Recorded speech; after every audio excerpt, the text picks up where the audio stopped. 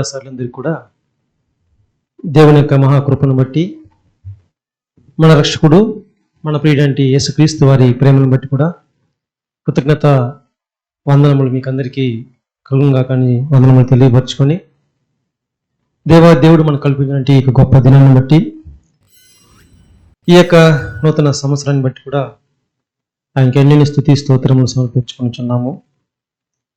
సహోదరులు చెప్పిన విధంగా ఈరోజు మీరందరూ కూడా చాలా ప్రార్థన పూర్వకంగా దేవుని యొక్క సత్యవాక్యం కొరకు వేచున్నారన్నటి విశ్వాసంతో నేను విశ్వసిస్తున్నాను. ఎందుకంటే ఈ యొక్క వాక్యం అనేది దేవుని యొక్క తీర్మానం ప్రకారము, ఆయన యొక్క సంకల్పం ప్రకారము మనతో మాట్లాడడం జరుగుతుందనే ఒక నమ్మకంతో నేను ఈ యొక్క విశ్వాసాన్ని వ్యక్తపరుస్తున్నాను. సహోదరులారా, మనం కూడా ఈరోజు ఈ యొక్క సమయంలో దేవుని యొక్క సన్నిధిలో వేచి ఉన్నామని చూసినట్లయితే దేని నిమిత్తమని ప్రత్యేకంగా ఈ యొక్క కూడికలో ఆయన యొక్క వాక్యాన్ని విని మనం ఏమి పొందుకోవాలని చెప్పి ఆశిస్తున్నాము అనేది ప్రతి ఒక్క హృదయానికి కూడా అది ఒక వాంఛగా, లేకుంటే దాని యొక్క విలువని కూడా గుర్తిస్తారని చెప్పి ఆశిస్తున్నాను. కాబట్టి మనం ఆశించకపోయినా, మనము దాని మీద ఆసక్తి చూపించకపోయినా మన యేసుక్రీస్తు మాత్రం మన మీద ఎంతగానో ప్రేమ చూపించి మనల్ని ఎంతగానో శ్రద్ధ వహించి ఇది వరకు కూడా మనం నడిపిస్తూ వస్తున్నాడు.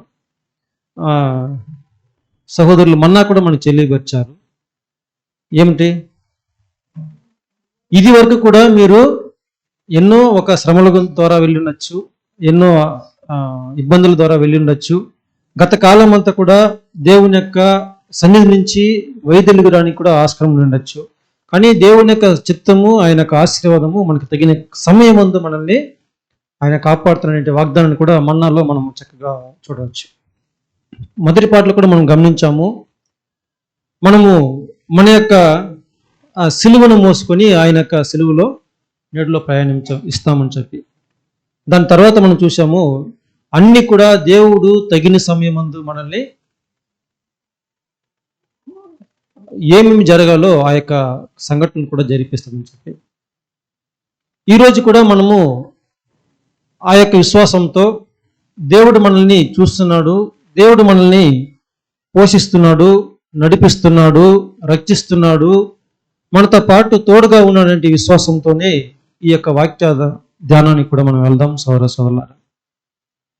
గత సంవత్సరం కూడా మనము ఏ విధమైనటువంటి ఒక ఆశాభావం లేకుండా, ఆసక్తి లేకుండా దేవుని యొక్క కృపను మనం కృపా సన్నిధికి ఆసనం వద్దకు మనం వెళ్లకుండా ఉండినా కూడా ఆయన మన లడలో ఎంతగానో ప్రేమ చూపించి ఈ యొక్క సందర్భం ముందు మరొక మారు మనల్ని ఈ విధంగా సమకూర్చి ఆయన యొక్క కృపను, ఆయన యొక్క ప్రేమను, ఆయన యొక్క వాక్యమును, సత్యమును మనకి బయలుపరచడానికి దేవుడు చిత్తం కొనివ్వడం చూసినట్లయితే నిజంగా మనమందరూ కూడా దాంట్లో విశేషమైన వారుగా దేవుని చూపులో ఉన్నామని చెప్పి మనం మర్చిపోకూడదు సోదరులారా.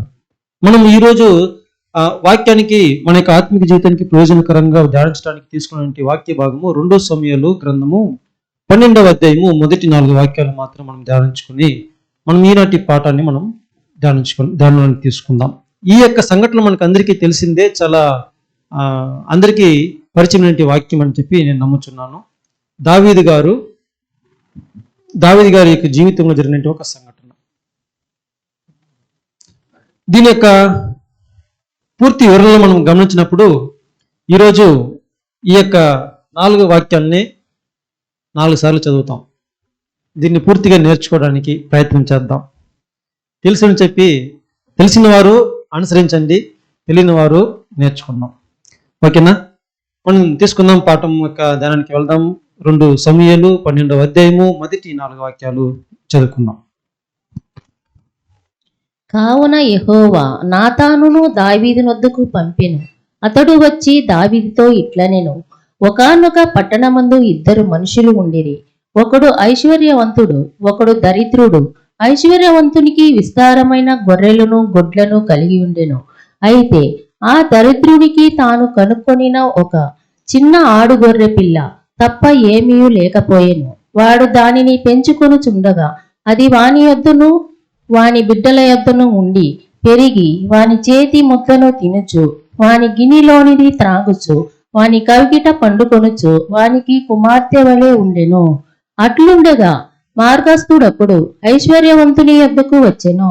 అతడు తన యొద్దకు వచ్చిన మార్గస్థునికి ఆయత్తము చేయుటకు తన గొర్రెలలో గాని గొడ్లలో గాని దేనిని ముట్టనొల్లక ఆ దరిద్రుని గొర్రెపిల్లను పట్టుకొని తన యొద్దకు వచ్చిన వానికి ఆయత్తము చేసెను. 4 చదివేశారు సిస్టర్. ఓకే, ఇది ఫస్ట్ ఒకసారి చదివినాము. ఈ యొక్క పాఠంలో కూడా చాలా ప్రశ్నలే ఉంటాయి. ప్రశ్నతోనే మనం ప్రారంభిస్తాము, ప్రశ్నతోనే ముగిస్తాము. మధ్యలో అన్నీ కూడా ప్రశ్నలే. కొంత సమయాన్ని మాత్రం మనము ఏకాగ్రతను పాటిస్తే ప్రయోజనకరంగా ఉంటుందని చెప్పి భావిస్తున్నాను. ఇక్కడ జరిగినటువంటి సంఘటన, ఇప్పుడు చదివినటువంటి సంఘటన మనకి ఎంతమందికి తెలుసు? అంటే నేర్చుకున్నాం, చదివి ఉన్నాం, విని ఉన్నాం. అందరికి తెలుసా? ఎవరన్నా చదవలేదా? చదివి ఉంటే నేను కొద్దిగా స్కిప్ చేస్తాను. తెలుసన్న వారు మీకు ఇక చేతులు తీయచ్చు. ఈ యొక్క సంఘటన సరే మంచిది. చదివి ఉన్నాము, కొద్దిగా మర్చిపోయినాము, కొద్దిగా గుర్తుంది అంటే ఒక ఆలోచనని నేను తీసుకుంటున్నాను. ఇక్కడ జరిగినట్టు చదువుకున్నట్టు ఒక ఉపమానానికి, అంటే నాతాను చెప్పినటువంటి ఒక దావీదు గారితో చెప్పినటువంటి ఒక మాటలు ఇవి. నాతాను ప్రవక్త దావీదు గారితో చెప్పినటువంటి మాటలు. ఏ సందర్భమందు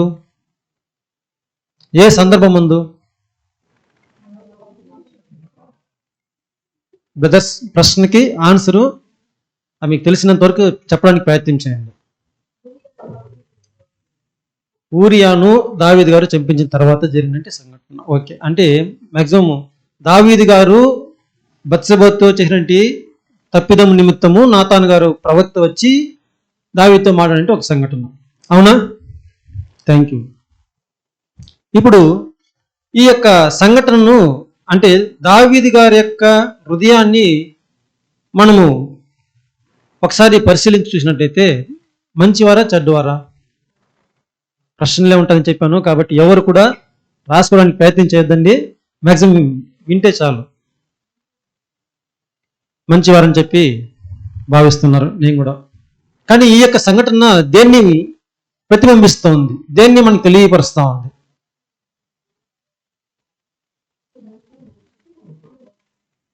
ఏదైనా సరే ఫాస్ట్గా చెప్పేయండి, టైం లేదు కనుక. దావీదు గారు చేసిన తప్పు మంచిదాన్ని తెలియపరుస్తుందా, చెడు వ్యక్తిత్వాన్ని తెలియపరుస్తుందా? ఖచ్చితంగా అందరూ చెడికి అని చెప్పి అనుకుంటున్నారు. సరే, ఒక రాజైనా సాధారణమైన మనిషి అయినా చేసింది తప్పు. కాబట్టి ఇక్కడ దావీదు గారు చేసినటువంటి ఒక తప్పిదాన్ని మరలా నాతాను ప్రవక్త ద్వారా ఎత్తి చెప్పడం దేవుని యొక్క ప్రధానమైన ఉద్దేశమా ఈ యొక్క వాక్యాన్ని ప్రకారం? అయితే అవును కదా. సరే, ఈ యొక్క 11వ అధ్యాయంలో మనం గమనించినప్పుడు, 12వ అధ్యాయం మనం చూసుకోవడానికి ముందు 2 సమయాలు 11వ అధ్యాయము 1 నుంచి మనం గమనించినప్పుడు ఈ యొక్క ఉపమానం యొక్క ముందు ఏమి జరిగింది అనే విషయాలను మనం చూస్తాం సోదర సోదరుల. ఇక్కడ మొదటి వాక్యాన్ని గమనించాం, చూద్దాం. 11:1.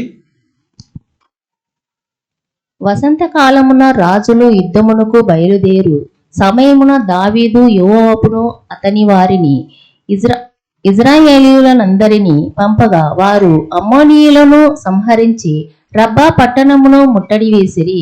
అయితే దావీదు యెరూషలేమునందు నిలిచెను. చాలు సిస్టర్. ఈ యొక్క వాక్యంలో మనం పరిశీలించి ధ్యానించినప్పుడు ఇక్కడ రబ్బా పట్టణమును ముట్టడి వేయడానికి దావీదు గారి యొక్క సైన్యము అక్కడ వెళ్తున్నారు. ఏ సమయమందు? వసంతకాలమున. వసంతకాలం అంటే ఏమిటి? ఎందుకు వర్షాకాలం లేదు, ఎండాకాలం లేదు? ఇన్ని ప్రశ్నలు వేస్తే మేము సమాధానం చెప్పడము చాలా కష్టం అని భావిస్తుందండి. సాధారణమైన ప్రశ్నలు మనం ఎందుకంటే ప్రశ్నోత్తరంగా మనం ఈ యొక్క పాఠాన్ని తీసుకోవాలనే ఉద్దేశంతో మనం నేర్చుకోవడానికి ప్రయత్నం చేద్దాం. ఇప్పుడు వర్షాకాలం అంటే నీళ్లు వరదలు వస్తుంది, మనకి మ్యాక్సిమం జర్నీ చేయాలంటేనే ప్రాబ్లం. ఎండాకాలం అంటేనే కంఫర్టబుల్ జోన్ ఉండదు, బాడీ సహకరించదు, నీరసించిపోతుంది. వసంతకాలం అయితే అన్ని అనుకూల పరిస్థితులు ఉంటుంది, అనుకున్న విధముగా యుద్ధానికి అనుకూల పరిస్థితుల్లో క్లైమేట్ ఉంటుంది కాబట్టి యుద్ధం చేయడము చాలా సులభతరంగా ఉంటుంది. కాబట్టి ఈ యొక్క సీజన్లో రాజులందరూ కూడా మ్యాక్సిమం యుద్ధానికి ప్లాన్ చేసుకుంటూ ఉంటారు. అందుకే వసంతకాలము మరలా వసంతకాలమున రాజులు యుద్ధమునకు బయలుదేరు సమయమున, అంటే ఇది కామన్ గా రాజులందరూ వెళ్ళేటువంటి ఒక వసంత కాల సీజన్. దాని తర్వాత మనం కింది వాక్యం చూసినట్లయితే ఒక రబ్బా పట్టణమును ముట్టడి వేసే సమయం ముందు దావీదు ఎక్కడున్నారు? యెరూషలేము పట్టణంలో ఉన్నారు. ఒక రాజు ఎక్కడ ఉండాలి? యుద్ధం చేసే చోట ఉండాలా? యుద్ధంలో ఉండాలి. కానీ రాజు ఎక్కడ ఉన్నాడు? యెరూషలేములో ఉన్నాడు. అవునా కదా? అవునా? మరలా ప్రశ్నిస్తాను, ఇది రైటా రాంగా?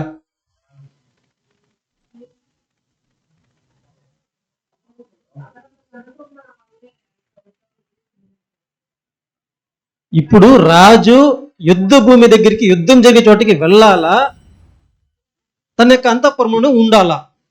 ఈ సీజన్లో ఆ పర్టికులర్ సీజన్ అనేది మాత్రం మనం మెన్షన్ చేస్తున్నాం కదా. వెళ్ళలేదు. ఒకవేళ వెళ్ళి ఉంటే ఆ తప్పు జరిగేది కాదు. మొట్టమొదటిది తన యొక్క బాధ్యతను అక్కడ అతను, నేను స్లోగా వెళ్తానని చెప్పి ఆశిస్తున్నాను. స్లోగా వెళ్తున్నానా? కొద్దిగా ఫాస్ట్ పెంచినా, ఇంకా కొద్దిగా స్లోగా పోవాలా, ఎందుకంటే కొద్దిగా డిస్కస్ ఉంది కాబట్టి ఫాస్ట్గా మీరు చెప్తే సమాధానం. ఇప్పుడు ఈ విధంగా రాజు యుద్ధానికి వెళ్లకుండా ఇక్కడ ఆగడం వల్ల తాను తప్పిదం చేయడానికి ఒక ఆస్కారము ఏర్పడింది. సరే, వెళ్ళలేదు. రెండో పాయింట్ మనం గమనించినప్పుడు అతను సాయంత్ర సమయం ముందు ఎక్కడ ఉన్నాడు? రెండో వాక్యం గమనించండి, చదవండి రెండో వాక్యం. ఒకానొక దినమున పొద్దుగుంకు వేళ దావీదు పడక మీద నుండి లేచి రాజనగరి మిద్దె మీద నడుచుచు పైనుండి చూచుచుండగా స్నానము చేయు ఒక స్త్రీ కనబడేను. చూడండి, ఒకానొక దినమున, పర్టికులర్ ఒక రోజు దావీదు మిద్దె మీద ఉండి ఏ సమయం ముందు? టైం చూడండి, సాయంత్ర సమయం ముందు తన పడక మీద నుండి లేచి. ఎవరైనా ఈవినింగ్ నిద్రపోతారా? మధ్యాహ్నం నిద్రపోతారా? Thank you sister. ఇది డే టైంలో నిద్రపోయే వారికి అప్లికేబుల్ కాదు. కాబట్టి అక్కడ రాజు యుద్ధం జరుగుతూ ఉంటే ఇక్కడికి ఆయన పడక మీద పండుకునే ఒక సమయము చూస్తున్నాం. అది కూడా మనకి ఏం తెలియపరుస్తుంది అంటే తన యొక్క యుద్ధం మీద ఎంత శ్రద్ధ కలిగి ఉన్నాడో తెలియపరుస్తామని ఈ యొక్క విషయాలన్నీ కూడా సోదరులారా. దాని తర్వాత ఒక స్త్రీని చూశాడు, అక్కడ ఆశ పుట్టింది. మూడో వాక్యం గమనించండి సిస్టర్, మూడో వాక్యం చదువుకుందాం.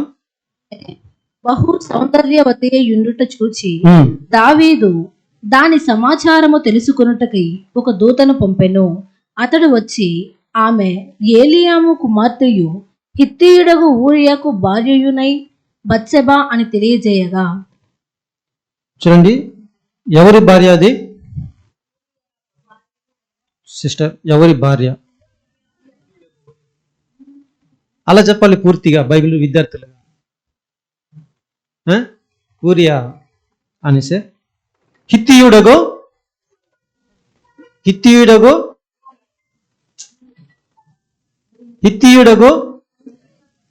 ఊరియా. కరెక్ట్ మీరు చెప్తారేమో చూస్తున్నాను, ఫిలప్ చేస్తారని, కన్ఫ్యూజన్ అవ్వద్దండి.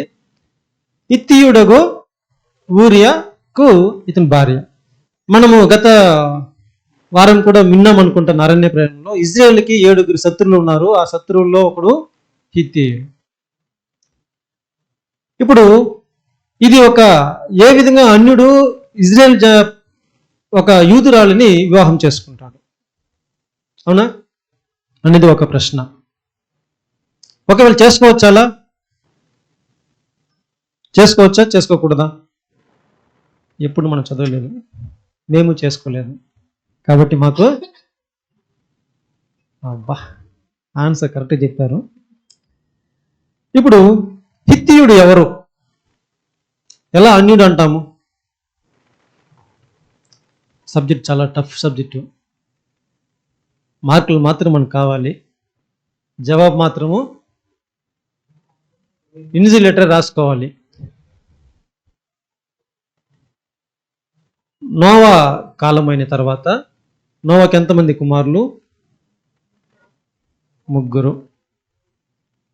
ఎవరికి శాపం వచ్చింది? 3 కుమారులు. ఎవరికి శాపం నోవా ద్వారా కలిగింది? సరే, మనకి ఇంత డీప్గా వద్దు కాబట్టి పేరు చెప్పండి సిస్టర్. యాపేతు, షేము, హాము. హాము దాసానకు దాసుడు అని చెప్పి మనం చదువుకుంటాం కదా. ఆ దాసాను దాసుడు అంటే తన యొక్క సంతానం కూడా కానాను, ఎవరు?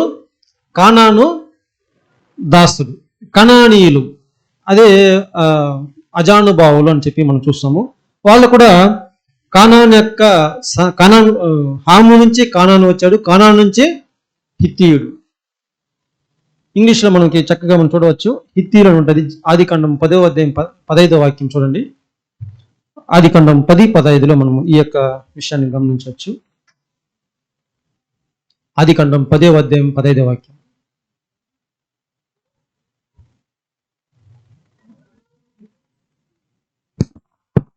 చదవండి సిస్టర్, తెలుగులోనే చదవండి, ఇంగ్లీష్లో కూడా చదవండి, నో ప్రాబ్లం. ఇంగ్లీష్ చదవండి మనకి. And Canaan begot Sidon, his firstborn, and Heth. 16 పెట్టు. And the Jebusite, and the Amorite, and the Gibrasite. Sister మనకి అది ఇంగ్లీష్లో రాలేదు, ఇంగ్లీష్లో ఫుల్ పెట్టు.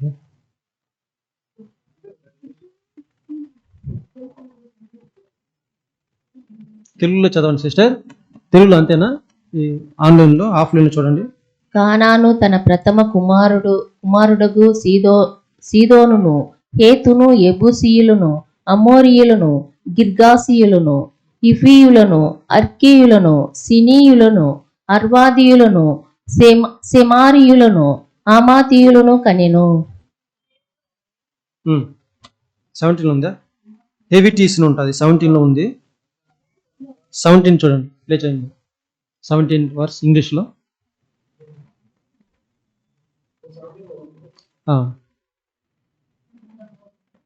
17 verses 17 verses 17 16 18 ప్లే చేయండి. 18 ఓకే, ఆన్లైన్లో ఉంది. సరే, హెవిటీస్ అని ఉంటుంది.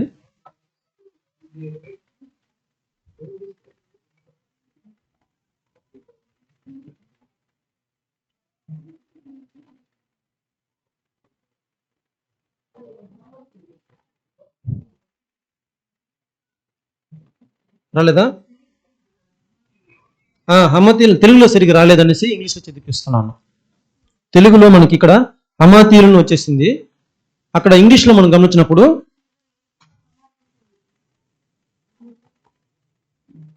హమాతీస్ కాదు సిస్టర్, హెవీయులను చూడండి.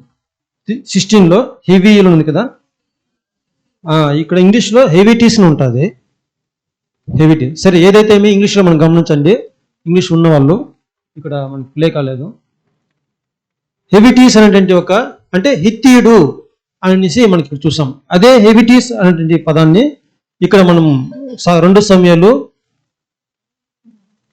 11వ అధ్యాయము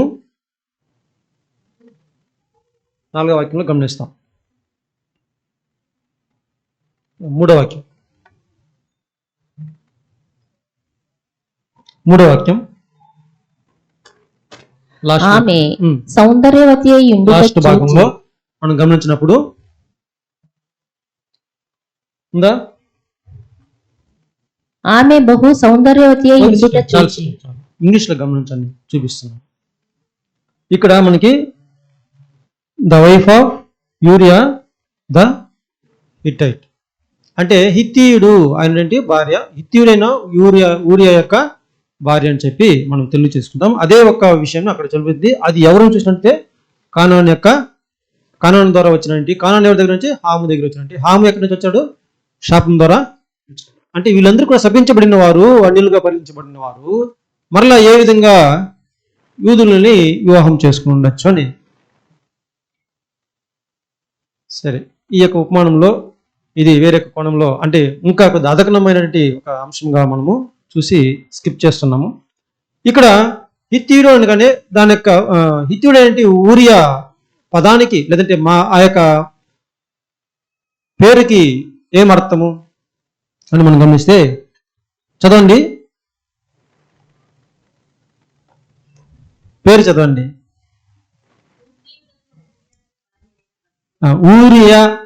ఊరియా అంటే దానికి పదము యావే ఈస్ మై లైట్. యావే ఈస్ మై లైట్ అంటే యెహోవా దేవుడే నా యొక్క వెలుగు. ఒక అన్యుడు ఈ విధంగా పేరు పెట్టుకోవడం గమనించుంటామా? అర్థమవుతుందా?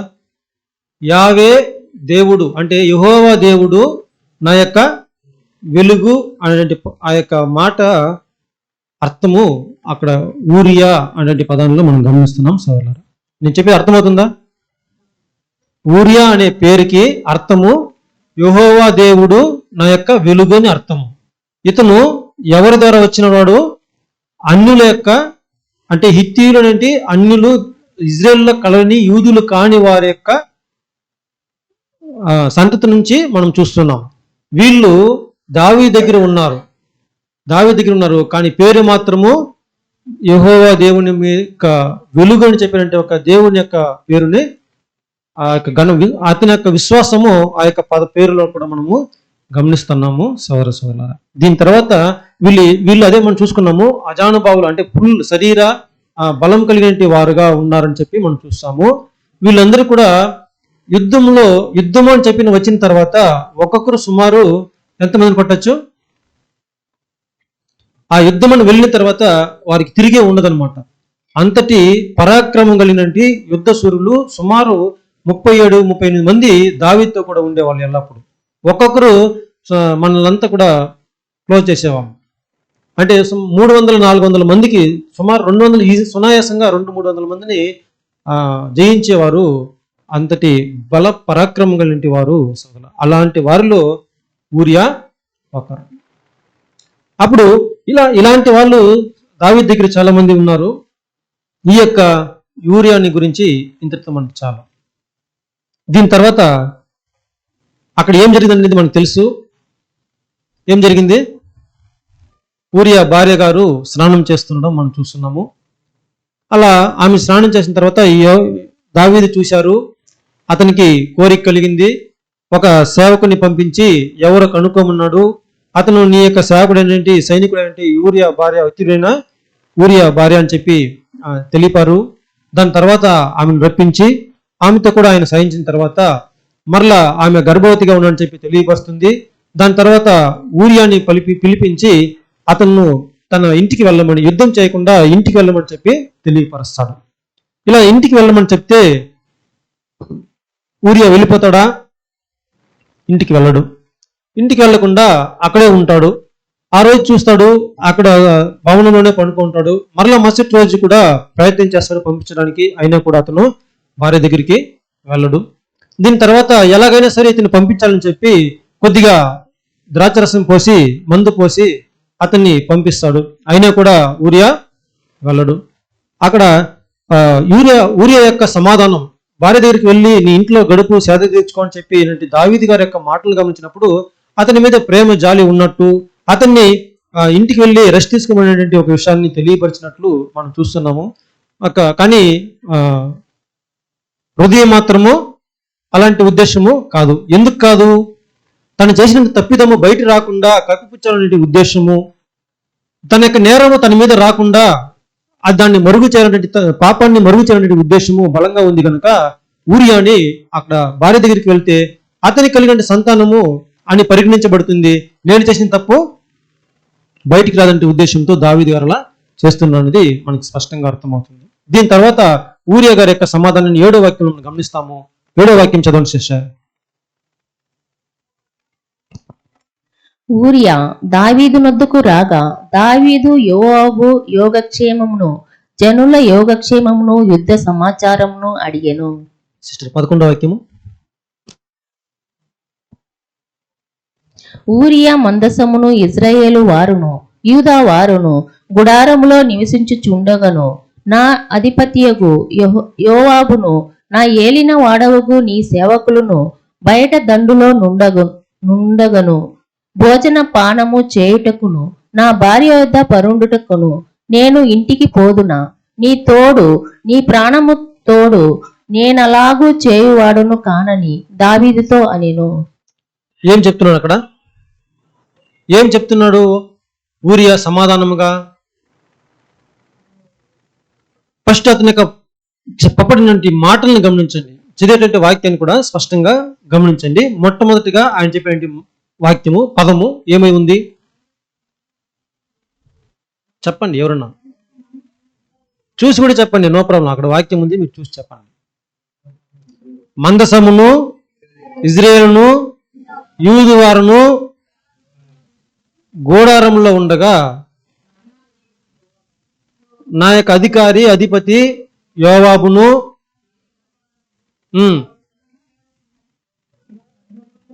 స్లోగా చెప్తే చాలా కష్టం. ఫాస్ట్గా చెప్పేసండి, ఎవరన్నా ఒకరు ఫాస్ట్గా చెప్పేసండి. నేను తినడానికి, నా భార్యతో ఉండడానికి నేను ఎలా వెళ్ళగలను? నాకు ఎలా మనసు వస్తుంది? నా యొక్క మందస పెట్టె ఎక్కడ ఉంది? బయట ఉంది. ఎందుకు మందస పెట్టె బయట వెళ్ళింది? యుద్ధము సమయమందు ఇజ్రాయేల్ ప్రజలు మందస పెట్టెని ఎక్కడ తీసుకెళ్తారు? యుద్ధ సమయానికి ఆవిడ తీసుకెళ్తారు, ఎందుకంటే జయం కలగాలని చెప్పి. అలాంటి ఒక విషయంలో అక్కడ తీసుకుని ఉండాలి. దాన్ని బట్టి ఇక్కడ ఊరియా ఆ యొక్క మందసపుని గురించి, వారి యొక్క అధిపతుల గురించి అక్కడ చెప్పడం మనం గమనిస్తున్నాం సోదరా. అంటే దాని యొక్క విశేషమైన ఆ మందస పెట్టి యొక్క విలువను, దానికి ఇవ్వనటువంటి ప్రాధాన్యతను, ప్రాముఖ్యతను ఎవరు హృదయంలో ఉంచుకుని ఉన్నారు? హిత్తీయుడైన ఊరియా. అదే ఒక భావన లేదంటే అదే ఒక మనస్సు ఊరియాకును దావీదు గారుకును పోల్చి చూస్తే ఏమైనా పొంది కనిపిస్తుందా? ఇప్పుడు సోదరులారా, ఊరియా తన భార్య దగ్గరకు వెళ్ళలేదు. సరే, ఇప్పుడు ఏం చేయాలి? మరలా ఇంకొక స్టెప్, లేదంటే మరింతగా దాన్ని పాపాన్ని కప్పిపుచ్చడానికి ఊరియాను ఏం చేస్తున్నాడు? పిలిపించి అతని దగ్గర ఒక ఉత్తరం రాయిపించి యోవాబు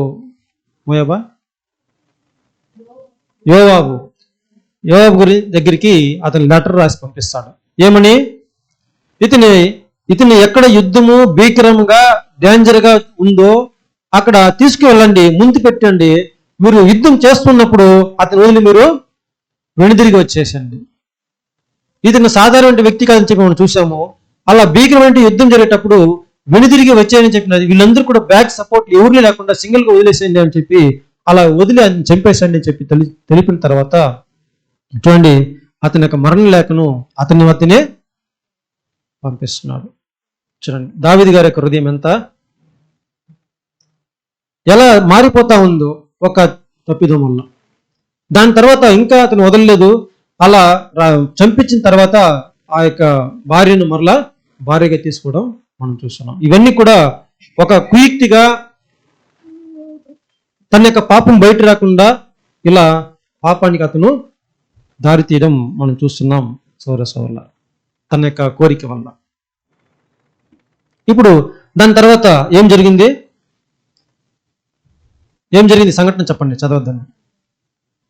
ఇంతటితో అక్కడ ఇది మాత్రం ఇంతవరకు మనం ఉపోద్ఘాతమే చూసాం.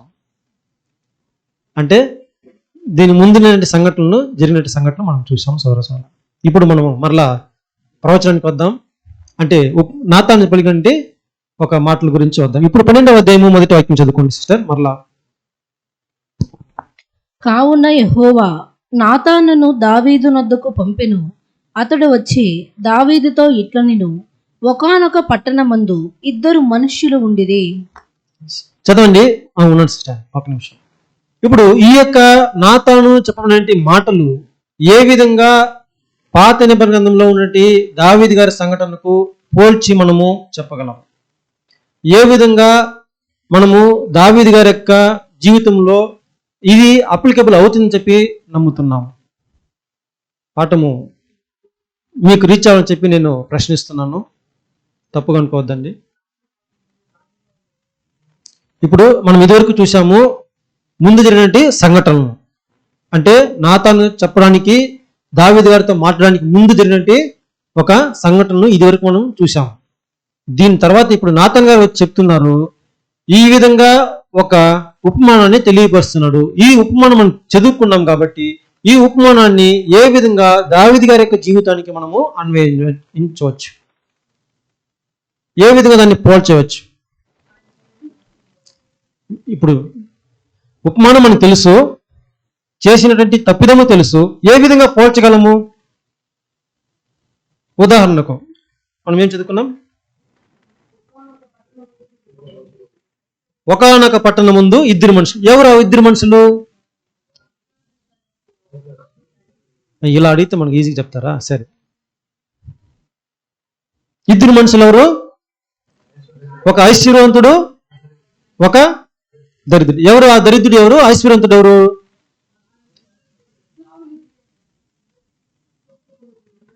దరిద్రుడు. ఓకే, అర్థమైపోయింది. ఇంతవరకు ఒక ప్రశ్నకు సమాధానం వచ్చింది. Thank you. రెండవ ప్రశ్న, ఏ దినమందు? సరే, ఈ ప్రశ్న మళ్ళీ మనం వేసుకుందాం. ఒకానొక దినమందు. ఏ దినమందు అది? దావీదు గారు ఎప్పుడైతే హిత్తీయుడైన ఊరియా భార్యని చూస్తాడో ఆ దినమందు. అంటే అక్కడ జరిగినట్టు సంఘటన ఆ దినమందు. అవునా సిస్టర్? ఒక్కొక్క పాయింట్ కూడా మనకి మరలా పాఠం ఉంది, గమనించండి. ఇప్పుడు మనం అన్వేషిస్తున్నాము, చూస్తున్నాము. ఎప్పుడు చూశాడు? ఎప్పుడు? ఆ దినం ఎప్పుడు? యుద్ధానికి వెళ్లకుండా మేడపై ఉంది స్నానం చేసినటువంటి ఆ యొక్క ఊరియా భార్యను చూసిన దినమందు. అవునా? ఓకే, నెక్స్ట్ పాయింట్కి వెళ్తాం. చదవండి సిస్టర్ వాక్యము. ఒకడు ఐశ్వర్యవంతుడు, రెండో వాక్యం. ఒకడు ఐశ్వర్యవంతుడు, ఒకడు దరిద్రుడు. ఐశ్వర్యవంతునికి విస్తారమైన గొర్రెలను గొడ్లను కలిగి ఉండేది. మరలా ప్రశ్న, ఏమేమి కలిగి ఉన్నారు? గొర్రెలను గొడ్లను. ఎవరికి? ఐశ్వర్యవంతుడికి. దరిద్రుడికి ఏమి లేదా? Thank you sister. ఒక గొర్రె. నెక్స్ట్ వాక్యం. అయితే ఆ దరిద్రునికి తాను కొనుక్కొనిన ఒక చిన్న ఆడుగొర్రె పిల్ల తప్ప ఏమీయూ లేకపోయెను. వాడు దానిని పెంచుకొనుచుండగా అది వాని యొద్దను వాని బిడ్డల యొద్దను ఉండి పెరిగి వాని చేతి ముద్దలు తినుచు వాని గిన్నెలోనిది త్రాగుచు వాని కవిగిట పండుకొనుచు వానికి కుమార్తె వలె ఉండెను. ఇప్పుడు ఈ యొక్క ఉపమానము ఎవరు చెప్తున్నారు? అవును, నాతాను దావీదు చెప్తున్నప్పుడు ఇందులో ఐశ్వర్యవంతునికి ఎవరు? దావీదు గారికి. అతనికి ఎక్కువగా గొర్రెలు గొడ్లు ఉందని చెప్పి మనం చూసాం. దరిద్రుడు ఎవరు? ఊరియా భార్య, హిత్తీయుడైన ఊరియా. సరే, ఊరియాకి ఏం కలిగి ఉంది? ఆ ఒకే ఒక ఆడ గొర్రె ఎవరు? బత్షెబ. అవునా? సరే, నెక్స్ట్. అక్కడ ఏం జరిగింది? అక్కడ అలా ఎలా ఉన్నారు వాళ్ళ జీవితం అనేది చూస్తాం మనం. ఒక చిన్న ఆడు గొర్రె, అది తప్ప ఇంకేమీ లేదు. దాని తర్వాత దాన్ని ఎలా పెంచుకున్నాడు అతను? పెంచుచు, అంటే వారు ఎంతో చాలా అన్యోన్యంగా ఉన్నారని చెప్పి అక్కడ తెలియపరుస్తాం. దాని తర్వాత బిడ్డల యొద్దకు, వాక్యం కంటిన్యూ చేయండి సిస్టర్, ఎక్కడ వదిలినా కంటిన్యూ చేయండి. అట్లుండగా మార్గస్థుడొకడు సిస్టర్, వాడు దానిని పెంచుకొనుచుండగా, ఇప్పుడు ఆ భార్యను ఎవరు పెంచుతున్నారు? ఉపమానంలో ఏమి? గొర్రెను వాడు పెంచుతున్నాడు. ఇక్కడ జరిగిన సంఘటనలు ఏమిటి? ఎవరిని పెంచుతున్నారు? భర్త అంటే ఊరియా భార్యను పెంచుతున్నాడు. ఎలా పెంచుతున్నాడు? చదవండి సిస్టర్, కంటిన్యూ. అది వాని యొద్దను వాని బిడ్డల యొద్దను ఉండి పెరిగి, చూడండి, అది వాణ్ణి వద్దను, ఎవరి వద్ద? ఊరియా వద్దను. వాణ్ణి యొద్దను. ఊరియా బిడ్డలు ఉన్నారా? అప్పుడు ఎందుకు ఇలా పలకబడింది? సరే, ఇది ప్రశ్న, మళ్ళీ దాని తర్వాత చదవండి సిస్టర్. బిడ్డ యొద్దను ఉండి పెరిగి వాని చేతి ముద్దలు తినుచు, వాని చేతి ముద్దులు తినుచు, అంటే వాని దగ్గర అంటే తిని ఒకరికొకరు అంత ప్రేమ రాగను పొందుకొనుచు. దాని తర్వాత గిన్నెలోనిది త్రాగుచు, వాని కౌగిట పండుకొనుచు. వాని కౌగిట పండు అంటే అతన్ని, ఈ భర్త తన యొక్క భార్యల మధ్య సంబంధాన్ని అక్కడ వివరిస్తూ చెప్తా ఉంది. ఈ విధంగా వాళ్ళు అన్యోన్యంగా ఉన్నారు. ఉన్న సమయం ముందు వాని ఉండేను. ఎలా ఉండిందంట? ఒక భార్యగా వివరిస్తూ ఒక కుమార్తెగా ఇక్కడ ఉన్నారని చెప్పిన విషయాన్ని కూడా మనకి వివరిస్తుంది ఈ ఉపమానం. సరే, నెక్స్ట్. అట్లుండగా మార్గస్థుడొకడు ఎవరు? అది దావీరాజు, ఐశ్వర్యవంతుడు వాడే. Thank you sister. అతనిలో ఉండే ఒక కోరిక, మార్గస్థుడు, సరే, కోరిక లేదంటే ఇచ్చ, లస్ట్ ఏదైతే ఉంది అది మార్గస్థుడు ఒకడు. చదవండి. ఐశ్వర్యవంతుని యొద్దకు వచ్చెను. ఆ యొక్క కోరిక అనేది ఆ దావీదు వద్దకు వచ్చింది. నెక్స్ట్, అతడు తన యొద్దకు వచ్చిన మార్గస్థునికి ఆయత్తము చేయుటకు తన గొర్రెలలో గాని గొడ్లలో గాని దేనిని ముట్టనుల్లక. ఇప్పుడు ఈ గొర్రెలు దేని సూచిస్తా ఉంది? ఐశ్వర్యవంతునిది. ఐశ్వర్యవంతుని ఏముంది? అది ఏం తెలియపరుస్తా ఉంది? ఈ యొక్క దరిద్రుని యొక్క గొర్రె పిల్ల మాత్రము ఊరియా భార్యని తెలియపరుస్తా ఉంది. ఇప్పుడు అదే విధంగా ఐశ్వర్యవంతుని వద్ద ఉన్నటువంటి గొర్రెలు గొడ్లు దేని తెలియపరుస్తా ఉంది సిస్టర్, బ్రదర్? భార్యలు ఉపపత్నులను తెలియపరుస్తా ఉంది. ఓకే, ఎంతమంది ఉన్నారు బ్రదర్ చెప్తారు? అప్పటికి 6-7 మంది ఉండొచ్చు మేబీ, ఆ యొక్క సంఘటన జరిగిన సమయంలో అనుకుందాం. ఉపపత్నులు అయితే ఉన్నారనిది అంటే చాలా మంది భార్యలు అతని ఆధీనంలో చాలా మంది ఉండగా ఇతన్ని మాత్రము వారి కోరిక కలిగినప్పుడు వారి భార్య దగ్గరకు, ఉపపత్నులకి వెళ్లకుండా ఊరియా భార్య దగ్గరకు వెళ్ళాడనేది తెలియపరుస్తుంది. Next sister, continue. దరిద్రుని గొర్రె పిల్లను పట్టుకొని తన యొద్దకు వచ్చిన వానికి ఆయత్తము చేసెను. ఇప్పుడు ఆ గొర్రె పిల్లని, ఎవరి గొర్రె పిల్లను? బత్షెబాని తీసుకుని వచ్చి అక్కడ వధించి ఎవరు పెట్టాడు? చెప్పండి సిస్టర్. ప్రశ్న ఒకరు చెప్తున్నారు, మిగతా వాళ్ళు చెప్పలేదని. అర్థం కాలేదా? లేదంటే ఫాస్ట్కి వెళ్తున్నా? ఇప్పుడు దావీదు గారికి ఇష్టమైంది, అవునా? దావీదు గారు ఐశ్వర్యవంతుడు తిని ఉండాలి. ఐశ్వర్యవంతుడు అంటే ఎవరు? దావీదు తిన్నాడా? ఎవరో మార్గస్థుడికి ఒకడికి పెట్టేశాడు.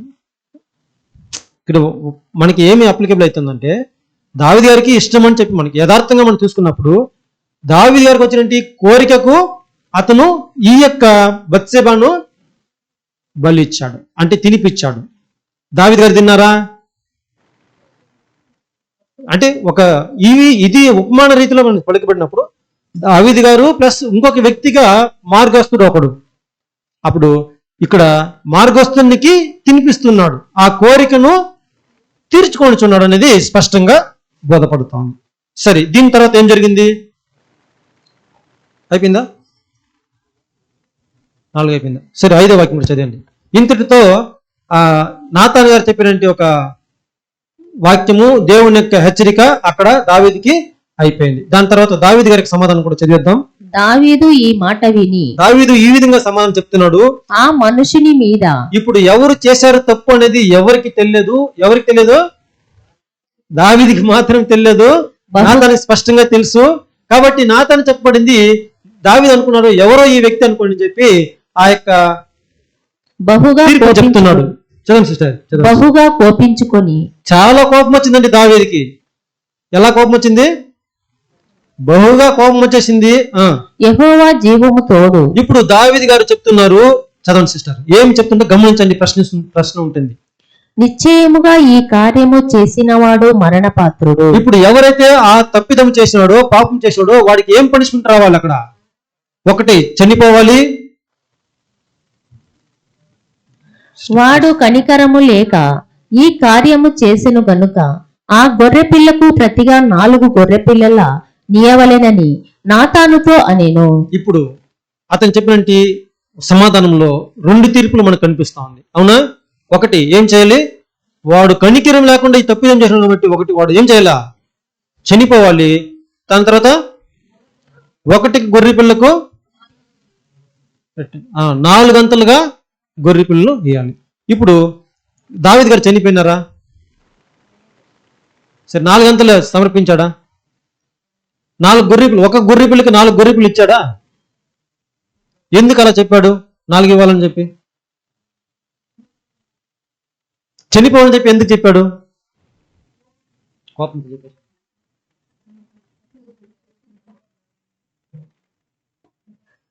జీవానికి జీవము, సరే, పాపానికి జీతము మరణము అప్లికేబుల్ అయిపోతుంది. 1కి 4 అని చెప్పి ఎందుకు చెప్పాడు? ఇది ఎక్కడైనా మళ్ళీ ఎక్కడైనా విన్నామా? నేనే చెప్పేశాను కాబట్టి నమ్మలో అది ఇచ్చారని చెప్పి మనం చూసాము.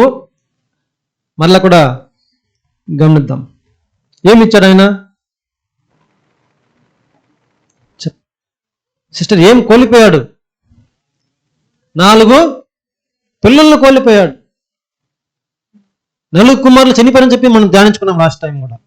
ఎవరు కూడా మిగలలేదని చెప్పి. అది ఎందుకు చెప్పాడు? 4 కుమారులు చనిపోయారని చెప్పి చూసాము. అది ఎందుకు చెప్పాడు? దేని యొక్క ఆధారం, ప్రిన్సిపల్తో చెప్పాడు? ధర్మశాస్త్రం యొక్క ఆధార వాక్యంతో. కాబట్టి అక్కడ మనం చూస్తున్నాము, దావీదు గారు ఏదైనా ఒక గొర్రెలను మనం ఎవరి దగ్గర నుంచి అపహరించినా, మోసం చేసి తీసుకున్నా, చంపేసిన 1 గొర్రె పిల్లకు ఏం చేయాలా?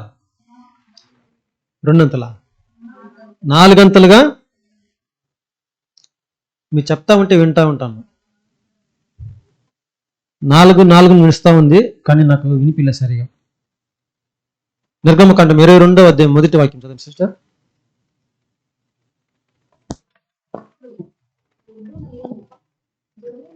బద్దలించి అమ్మినను చంపినను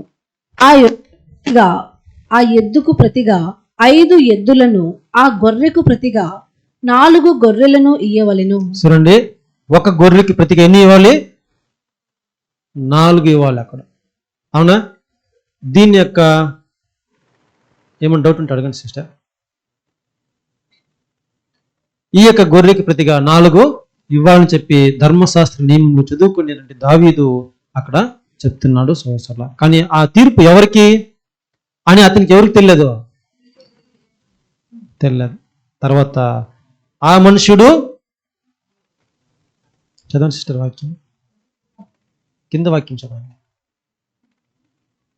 సమయాలు ఉపమాన వాక్యాన్ని పెట్టుకోండి, కంటెంట్. 6 చదివారా? 7వ వాక్యం చదవండి. నాతాను దావీదును చూసి, మనుష్యుడు నీవే, ఆ మనుషుడవు నీవే అని చెప్పిన వెంటనే అంతవరకు కూడా దావీదు గారికి తెలియదు. ఇప్పుడు తెలుసుకున్నాడు. తెలుసుకున్న తర్వాత పశ్చాత్తాపడతాడు. పశ్చాత్తాపడి పడి పడి ప్రార్థిస్తూనే ఉన్నాడు సౌరసోల. సరే, ఇంతవరకు మనం ఏం చూసాము? ఇంట్రొడక్షన్, ఉపోద్ఘాతం ఆల్రెడీ చూసాము. చెప్పబడినటువంటి ఉపమానంలో ఉన్నటువంటి అర్థాలు, భావాలు దేంట్లో అప్లికబుల్ చేసామనేది కూడా చూసాము. కాబట్టి తీర్పు కూడా చూసేసాము. అవునా? ఇప్పుడు ఉపమానం అనగానే అందులో ఏముంటుంది అని చెప్పి చూసాము. పరలోక రాజ్య మర్మం ఏముంది చెప్పండి. ఇప్పుడు మీకు అన్ని వివరణ చేశాను, చెప్తే క్లోజ్ చేసేస్తాం.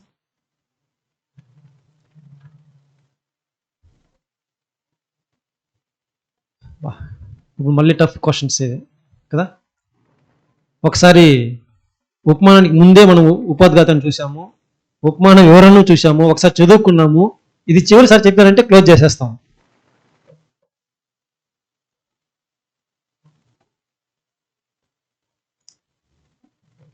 పరలోక రాజ్య మర్మం ఏముందని చెప్పి ఇంత స్పేస్ అవసరం లేదనుకుంటా. పరలోక రాజ్య మర్మాలు ఇందులో ఏముంది? ఏం లేదా? చేసినటువంటి తప్పిదంలో రియలైజ్ అవ్వాలనేది పరలోక రాజ్య మర్మాలు.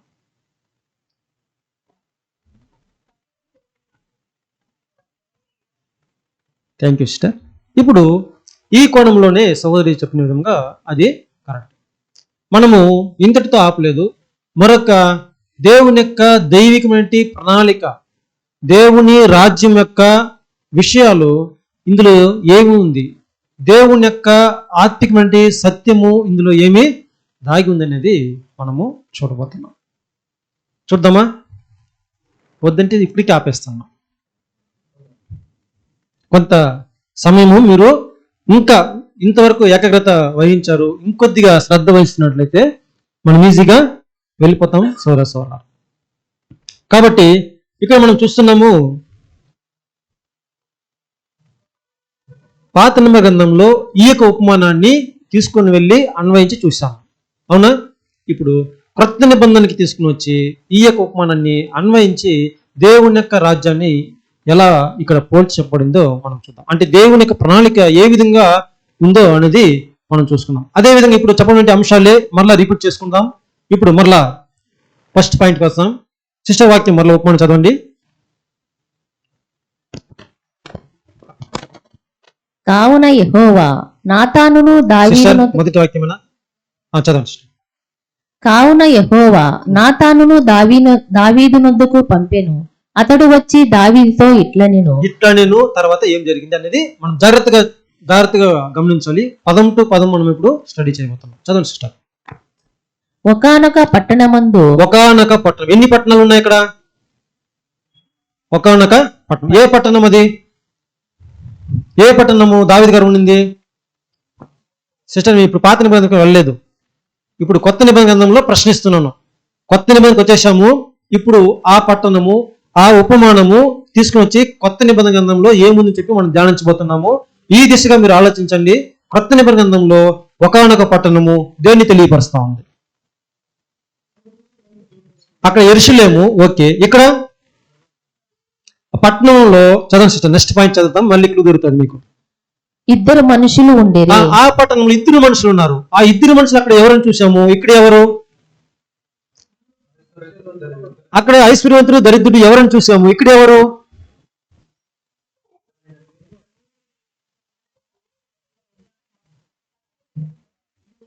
ఎక్కువ సత్యం తెలిసిన వారు ఐశ్వర్యవంతులు, సత్యం తెలియని వారు దరిద్రులు. Thank you. ఒక పాయింట్ సిస్టర్ చెప్తున్నారు, ఐశ్వర్యవంతుడు వదిలే దరిద్రుడు. అంటే ఐశ్వర్యవంతుడు అతనే, దరిద్రుడు అతనే. ఇద్దరు మనుషులు అని చెప్పి చూసాం కదా. ఇద్దరు మనుషులు ఎవరు? ఎక్కడ? ఆ పట్టణం ఎక్కడ? ఇది అందుకే ఇది చివరిగా అడుగుతున్నాను.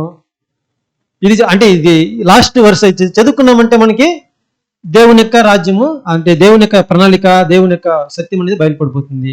కాబట్టి కొద్దిగా మీరు సమాధానం చెప్పడానికి ప్రయత్నించండి. ఆ ఇద్దరు మనుషులు ఎవరు?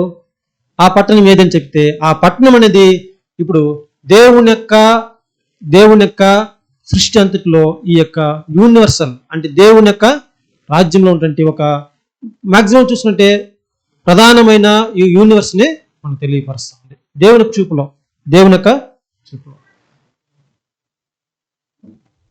ఇజ్రాయెల్ కాదు, యెరూషలేము పట్టణం అనేది భూలోకం మీద దేవుని యొక్క ఈ యొక్క ఏర్పాటు, సృష్టి ఆరంభం నుంచి ఈ యొక్క యూనివర్స్ ని సృష్టించిన క్రమాన్ని అక్కడ తెలియపరుస్తుంది. ఈ పట్టణం ముందు ఇద్దరు వ్యక్తులు ఉన్నారు.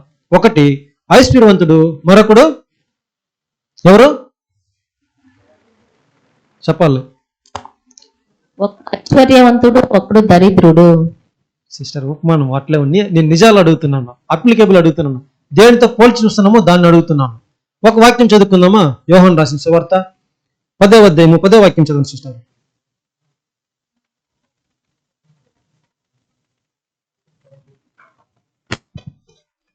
దొంగ దొంగతనమునకు హత్యను నాశనమును ఆ. చేయుటకు వచ్చును, ఉమ్, కాని ఉమ్, మరి దేనికి రాడు. ఉమ్, గొర్రెలకు జీవము కలుగుటకును ఉమ్, అది సమృద్ధిగా కలుగుటకును ఉమ్. నేను వచ్చి తినని మీతో నిశ్చయముగా చెప్పుచున్నాను. సరే, ఇప్పుడు ఇక్కడ దొంగతనం చేసింది ఎవరు? దొంగ ఎవరు? ఆ? దొంగ సాతాను. దొంగతనం చేసింది కూడా సాతాను. ఉపమానంలో దొంగ చేసింది ఎవరు? దొంగతనం చేసింది ఎవరు? ఎవరు భార్యని ఎవరు దొంగలించారు కదా? ఇప్పుడు ఐశ్వర్యవంతుడు ఎవరు?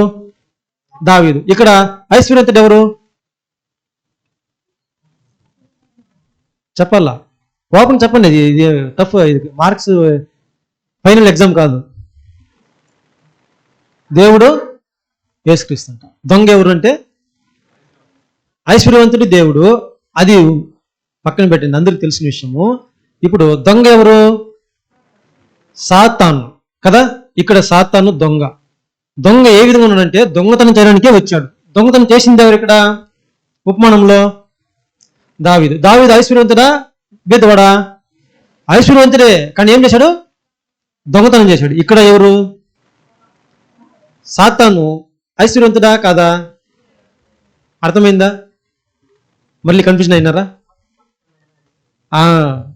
అదే చెప్పాను. ఈ యూనివర్స్ కింద, ఈ రాజ్యం మీద ఐశ్వర్యవంతుడు ఎవరు?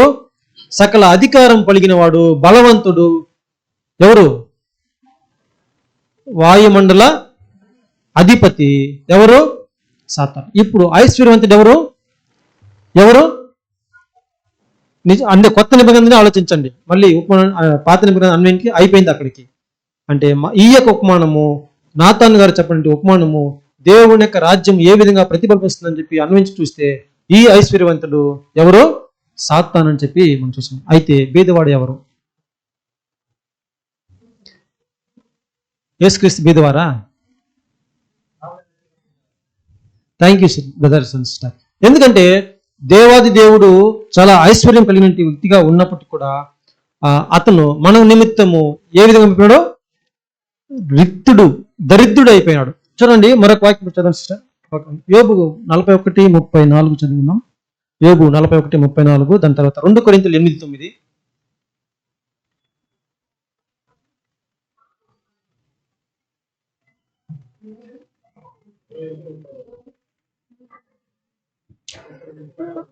నలభై 34.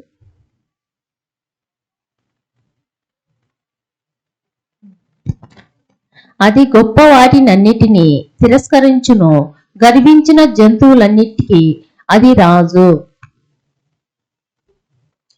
ఏం సిస్టర్ ఏం చదివారు? అది గొప్ప వాటినన్నిటినీ తిరస్కరించును, గర్వించిన జంతువులన్నిటికీ అది రాజు. గర్వించిన జంతువులు అన్నిటికీ అది ఏమంట? రాజు. దావీదు రాజు. దావీదు రాజు ఇక్కడ తెలియపరుస్తా ఉంది. గర్వించినది, గర్వం ఎవరు కలిగింది? గర్వం ఎవరు కలిగింది? ప్రధానంగా సాతానుకు. సాతాను ఇప్పుడు ఎవరికి రాజుగా ఉన్నాడు ఇక్కడ? వాక్యం జంతువులు ఎవరు? మృగాలు ఎవరు? మనుషులు. ప్రసంగి గ్రంథంలో మనిషినికి మృగానికి చెప్పబడింది. మనుషుల్ని మృగాలతో పోల్చి చెప్పడము, మృగాలకు రాజుగా ఉన్నటువంటి సాతానుని ఇక్కడ రాజుగా పోల్చి చెప్తా ఉంది సూరసంలారా. అంటే రాజు దావీదు, రాజు సాతాను. అవునా? ఇప్పుడు సాతాను ధనవంతుడిగా ఇక్కడ వ్యక్తపరుస్తా ఉంది. బేదవాడు దరిద్రుడు ఎవరిని వ్యక్తపరుస్తా ఉంది? యేసు ప్రభు గారిని వ్యక్తపరుస్తుంది. వాక్యం చదువుకుందాం మరలా. 2 కొరింథీయులు 8:9 వాక్యము. 2 కొరింథీయులు 8:9.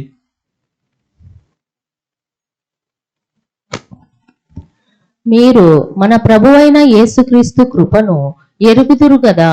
ఆయన ధనవంతుడై ఉండియు మీరు తన దారిద్ర్యము వలన ధనవంతులు కావాలనని మీ నిమిత్తము దరిద్రుడాయను.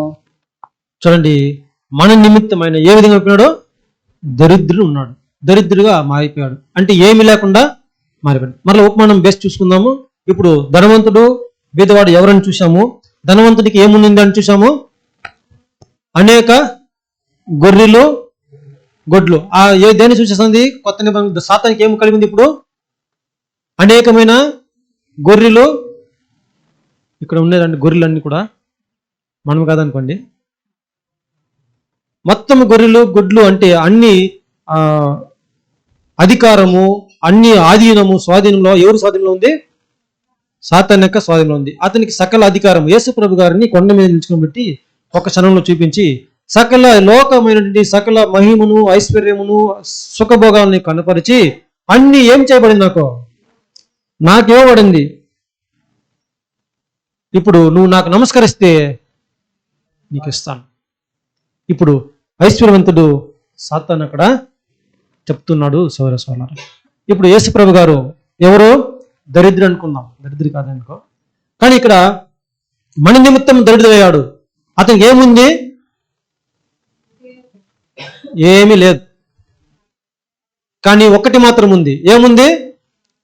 ఒక ఆడు గొర్రె ఉంది. చదవండి సిస్టర్ వాక్యం, అది ఉపమానం.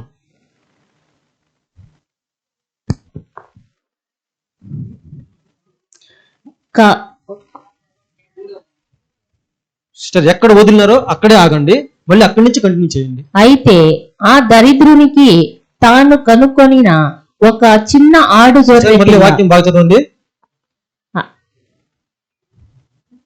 అదే చదవండి. అయితే ఆ దరిద్రునికి తాను కొనుక్కొనిన ఏం చేసుకున్నాడంట? అతనికి ఏమీ లేదు, కానీ కష్టపడి దాన్ని ఏం చేశాడంట? కొనుక్కున్నాడు.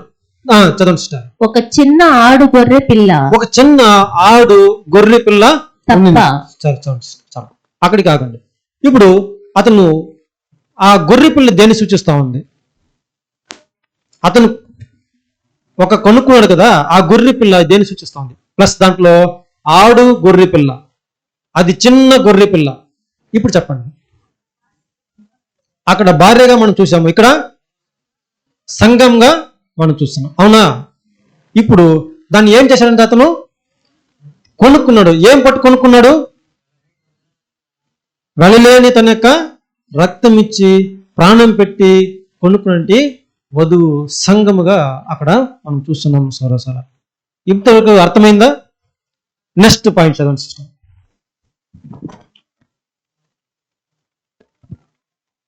చదవండి సిస్టర్. ఏమీ లేకపోయేను, వాడు దానిని పెంచుకొనుచుండగా అది ఎవరు దేన్ని పెంచారు? సిస్టర్ ఒక్కొక్క పాయింట్ చదవండి ప్లీజ్. చదవండి, చెప్పండి. పెంచాడా?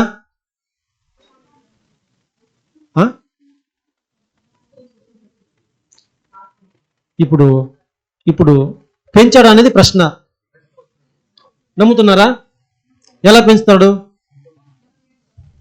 అవునా? సత్యం గారు ఎలా పెంచుతాడు? ఇట్లా అడిగితే మాకు కష్టం కదా చెప్పడం. అదే చెప్తున్నాము. మొదటిగా మనకు పరిచయం చెప్తున్నాను. దేవుని యొక్క వాక్యం మనకు సెలవుబడుతుందని చూసినట్లయితే ఈ యొక్క వాక్యాన్ని తీసుకొని మనం భుజిస్తే మనము జీవిస్తాం. మనిషి కుమారుడు దేని వల్ల బతుకుతాడు? రొట్టె వలన కాదు, దేవుని నోటి నుండి వచ్చి ప్రతి మాట వలన జీవించండి. మీరు కూడా ఎవరు? తన పిల్లలుగా ఉన్నట్టు మనము కూడా ఆయన యొక్క వాక్యం వలన మనం జీవాన్ని కలిగి ఉన్నాము. మనల్ని పోషిస్తున్నాడు అని పోషిస్తున్నాడు అని చెప్తే ఆ వాక్యానికి తగిన సమయమందు ఒకవేళ మనము ఎటువంటి పరిస్థితులు ఉన్నా ఆ యొక్క పరిస్థితుల్లో మనం పడిపోకుండా చనిపోకుండా మనకి ఆహారం ఇచ్చి, వాక్యం ఇచ్చి, ఆదరణ వాక్యం ఇచ్చి, వాగ్దాన వాక్యం ఇచ్చి, ఆయన అనేకమైన ఒక రక్షణ ఆశీర్వాదకరమైన వాక్యాలను చూపించి మనల్ని ఏం చేస్తున్నాడు? పోషిస్తూ ఉన్నాడు. ఎక్కడ బలహీనతలు ఉందో, మన యొక్క శరీర బలహీనతలైనా సరే, ఆత్మీయ బలహీనతలైనా సరే, అనేక శ్రమల మధ్య బలహీనతలైనా సరే, మన యొక్క శరీరం కుంగిపోకుండా, పడిపోకుండా, మన యొక్క ఆత్మిక జీవితం కుంటుపడకుండా ఆయన మనల్ని ఏం చేస్తున్నాడు? మరలా బలాన్ని ఇస్తున్నాడు. మరలా మనల్ని అక్కడి నుంచి లేవదీస్తున్నాడు. మనలో ఎటువంటి ఒక తప్పిదములు ఉన్నా, ఎటువంటి ఒక కొరతలు ఉన్నా, ఎటువంటి ఒక పాప జీవితం ఉన్నా కూడా మరలా యేసు ప్రభు గారి యొక్క నీతి వస్త్రాన్ని ధరింపజేసి ఆ కృపాసనం వద్ద వచ్చిన వారిని ఏమాత్రం ఆయన తృణీకరించకుండా మరలా కృప చూపించి మరలా వాళ్ళు బ్రతకడానికి ఆ యొక్క వెలుగుతో మనల్ని సత్యముతో నింపుతున్నాడు అనేది మనం చూస్తున్నాం సోదర. ఇక్కడ పోషిస్తున్నాడని చూసినట్టయితే వాక్యం మనం మరలా చదువుతున్నాం. ఒక వాక్యం చదవండి సిస్టర్. ఎఫెసీయులు 5:29 చదవండి. ఎఫెసీయులు 5:29. తన శరీరమును ద్వేషించిన వాడెవడును లేడు, కాని రక్షించుకొనును. తన శరీరమును ద్వేషించిన వాడెవడును లేడు, కాని ప్రతి వాడును దానిని పోషించి సంరక్షించుకొనును. అంతేనా? మరలా చదవాలంటే కంటిన్యూ చేయండి. మనము క్రీస్తు శరీరమునకు అవయవములమై ఉన్నాము కనుక అలాగే క్రీస్తు కూడా సంఘమును పోషించి సంరక్షించుచున్నాడు. క్రీస్తు కూడా సంఘమును ఏం చేసి పోషించి ఆయన సంరక్షిస్తున్నాడు సౌరస్వాల. ఇప్పుడు ఆ చిన్న గొర్రె పిల్ల దేని సూచిస్తా ఉంది? చిన్న మందగా ఆ సంఘాన్ని తెలియపరుస్తా ఉంది సౌరస్వాల. మరొక వాక్యం కూడా ఇందులో గమనించినప్పుడు ఫిలిప్పీలు రాసిన పత్రిక 2వ అధ్యాయం 7వ వాక్యం గమనిద్దాం. ఫిలిప్పీలు 2:7. మనుషుల పోలికగా పుట్టి దాసుని స్వరూపమును ధరించుకొని తన్ను తానే రిక్తుకునిగా చేసుకొనెను. ఇప్పుడు అన్నిటిని వదిలిపెట్టుకున్నాడు. అన్నిటిని వదిలేసి తను రిక్తుడంటే ఏమీ లేదు అంతగా చేసుకున్నాడు. ఇప్పుడు ఉన్నది ఒకటి తన యొక్క ప్రాణము. ఆ ప్రాణాన్ని కూడా ఇచ్చి వధువును కొనుక్కున్నాడు. ఆ కాలంలో అంటే ధర్మశాస్త్ర నిబంధన కాలంలో ఒక స్త్రీని తీసుకోవాలంటే ప్రతిగా ఏమంటాము వరకట్నం స్త్రీలు ఇచ్చేది కాదు, పురుషులు ఇచ్చి తీసుకుని వెళ్ళేవారు. ఉదాహరణకి రెప్కా మ్యారేజ్లో మనం చూసాము. దాని తర్వాత యాకోబు గారి కుమార్తెను అన్యులు వచ్చి ఆయన తప్పుగా బిహేవ్ చేసినప్పుడు మరలా వాళ్ళు ఏమంటాము కాంప్రమైజ్కి వస్తారు. వచ్చి యాకోబు తిరిగి అంటారు, మేము ఏమన్నా ఇచ్చి మేము కొనుక్కుంటాం. ఒకవేళ అన్యులు వచ్చి ఈ మతంలో అదే యూదుల యొక్క మతంలో ఇజ్రాయెల్ ప్రజల్లో అన్యులుగా ఉన్నవారు జాయిన్ అవ్వాలంటే వివాహం చేసుకోవాలంటే ఈ యొక్క మతాన్ని స్వీకరించాలి, ఇందులో చేరిపోవాలి. అదే వాళ్ళు చెప్తున్నారు, మా కుమార్తె చేసిన తప్పే దీనికి మేము ఆ స్త్రీకి మీ యొక్క కుమార్తెకు తగినటువంటి బహుమానము ఏమైతే వెల ఉందో దాన్ని మేము కట్టిస్తాము. కట్టించిందే మాత్రం కాకుండా ఆ స్త్రీని కూడా వివాహము చేసుకోవడానికి ఈ యొక్క మత ఆచారాన్ని మేము అంగీకరిస్తున్నామని చెప్పి ఆ ఊరంతా కూడా సున్నతి పొందుకుంటారు సౌరసేన. ఇది వాళ్ళకున్నట్టు ఆచారం. ఇదే విధంగానే అప్పుడు హిత్తీయుడైన ఊరియా ఆ విధంగా ఆచరించి అనుసరించి ప్రతిగా ఆమెకి ఇచ్చి వెల ఇచ్చి డబ్బులిచ్చి తన యొక్క భార్యను కొనుక్కున్నాడు.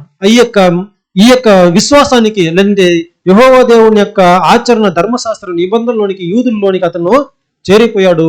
ఇప్పుడు పేరు కూడా అతనికి యెహోవా ఈజ్ మై లైట్. ఆ యొక్క విశ్వాసము మందసం పెట్టినటువంటి విశ్వాసం అతనికి ఏ విధంగా కనబడిందంటే ఈ విధంగా కొనుక్కొని దాన్ని చాలా చక్కగా పెట్టుకొని పోషిస్తున్నాడు సోదర. ఏ విధంగా క్రీస్తు తన యొక్క శరీరమును తన యొక్క భార్యను ఏ విధంగా వెల ఇచ్చి ప్రాణమిచ్చి కాపాడి అతను పోషిస్తూ ఉన్నాడో సంరక్షిస్తున్నాడో ఆ విధంగానే మనం చూస్తున్నాం సౌరసరదా. ఊరియా చేసినటువంటి ఒక అంశము మనకి ఇక్కడ ప్రతిఫలిస్తా ఉంది, వ్యక్తపరుస్తా ఉంది. అప్పుడు ఈ విధంగా మనం చేస్తూ ఉన్నప్పటికీ కూడా ఎందుకు ఆ చిన్న ఆడు గొర్రె పిల్లని ఎక్కడ విన్నామా? విన్నట్టు ఉందా? లాస్ట్ సబ్జెక్టులు బ్రదర్ గారు తీశారు. ఆడు గొర్రె పిల్ల దేనికి బలి అర్పించుతున్నారు? ఆడు గొర్రె పిల్ల. చాలా రోజులు కాలేదు,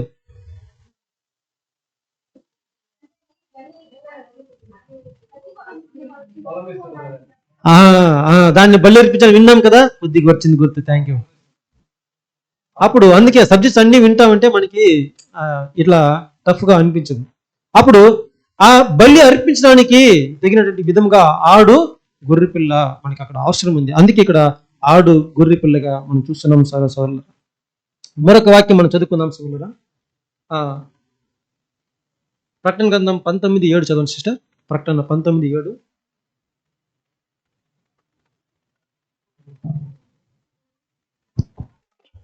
ఆయనను స్తుతించుడి, గొర్రెపిల్ల వివాహోత్సవ సమయము వచ్చినది, ఆయన భార్య తన్ను తాను సిద్ధపరచుకొని ఉన్నది గనుక మనము సంతోషపడి ఉత్సాహించి ఆయనను మహిమపరచెదమని చెప్పగా వింటిని. చూడండి, ఇప్పుడు అతని యొక్క భార్య, ఎంతమంది భార్య? గొర్రె పిల్ల. ఎన్ని గొర్రె పిల్ల? ఒకటే గొర్రె పిల్ల. ఇప్పుడు ఎంతమంది భార్యలు యేసు ప్రభు గారికి? ఒకటే గొర్రె పిల్ల. భార్యనుందా? భార్యలనుందా? భార్య. ఎవరిని? భార్య ఎవరు? ఒకరే. అది ఎవరు? ఎంతమంది? సరే, మనకి ఈజీ క్వశ్చన్ ఆన్సర్ చేస్తారు కాబట్టి నెక్స్ట్ క్వశ్చన్కి వెళ్దాం. చదవండి సిస్టర్ ఉపమానం మరలా. భార్య ఒకరన్నా అక్కడ ఒకరంటే నిజంగా అది సంఘాన్ని మొత్తం 140,000 సూచిస్తా ఉంది. నెక్స్ట్ ఉపమానం. అది వాని యొద్దను వాని బిడ్డల యొద్దను ఉండి. చూడండి, అది ఆ గొర్రె పిల్ల ఎవరి వద్ద ఉంది? వాణి వద్దను ఉండింది. వాడంటే ఎవరు? దరిద్రుడు. దరిద్రుడు అంటే మళ్ళీ అక్కడికి వెళ్ళొద్దండి, ఇప్పుడు ఇక్కడ చూసుకుందాం. వీడికి వద్దాం.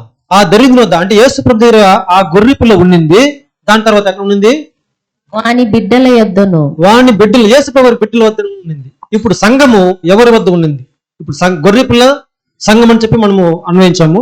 గొర్రె పిల్ల ఎక్కడ ఉండింది? యేసు ప్రభు గారి వద్ద ఉండింది.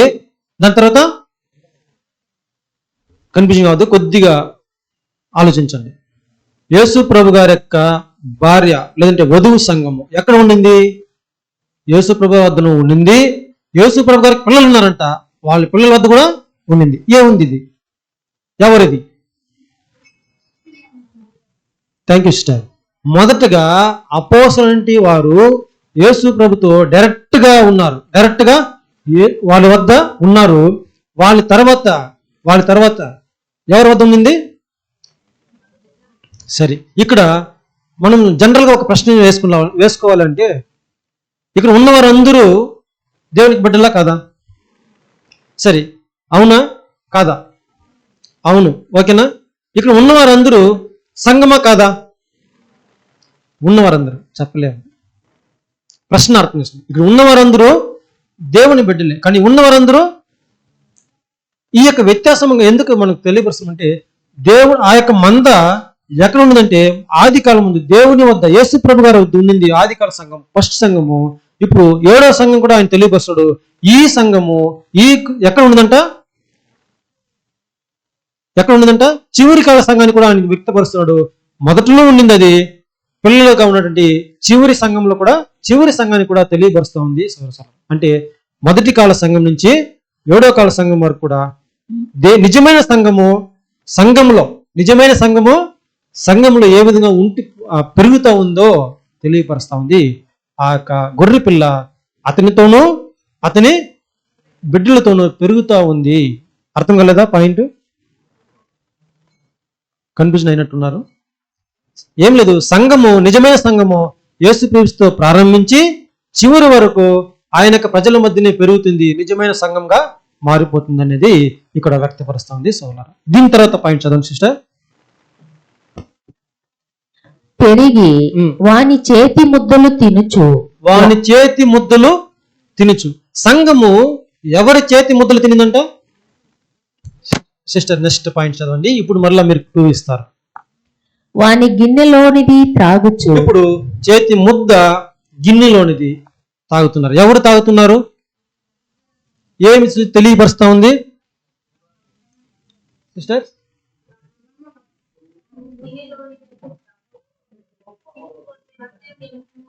రైట్. మీరు ఇంకా ఒక పాయింట్ ఎక్స్ట్రాగా ముందుకు వెళ్ళిపోయినారు. కొద్దిగా వెనక్కి వస్తే మళ్ళీ అర్థమవుతుంది. ఇక్కడ ఏం తెలియపరుస్తుంది అంటే, మనం కూడా ప్రతి సంవత్సరము ఆయన గిన్నెలోని తింటాము, ఆయన పాత్రలోనిది తింటాము, గిన్నెలోనిది ఏమి తెలియపరుస్తా ఉంది? ఆ యొక్క ఐక్యతలో మనం పాలు పంచుకోవడం, ఆ యొక్క చెప్పినట్టు శ్రమంలో మనం పాలు పంచుకోవడం, ఆ యొక్క గిన్నెలో అనేది మనం పాలు పంచుకోవడం మనకు తెలియపరుస్తుంది.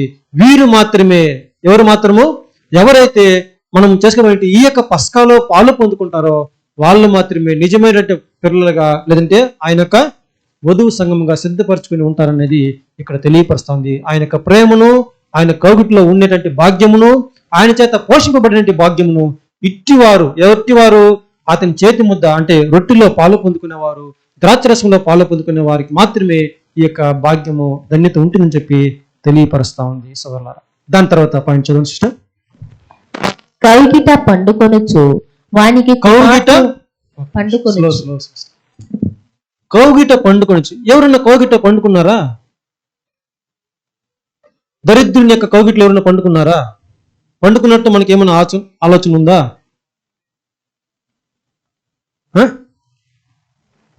లేదా? పస్కా సమయం ముందు ఒక గొర్రె పిల్ల యేసు ప్రభు గారి యొక్క రొమ్మున కౌగిట్లో పండుకొని ఉండింది. ఆ గొర్రె పిల్ల పేరు యోహాను. ఎవరిని సూచిస్తుంది? సంఘం. అదే చెప్తున్నాము. ఆ యొక్క విషయము మనకు తెలియపరుస్తుంది. నిజమైన సంఘము యేసు ప్రభు గారిని విడువకుండా హత్తుకొని ఉంటారు అనేది ఆ యొక్క విషయాన్ని మనకి బోధపడుతా ఉంది సోదరులారా. Next point.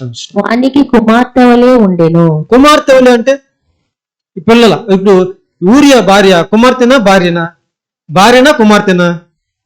రెండు ఒకటే కదా. ఇప్పుడు నిజమైన సంఘము యేసు ప్రభు గారికి ఎలా ఉందంట?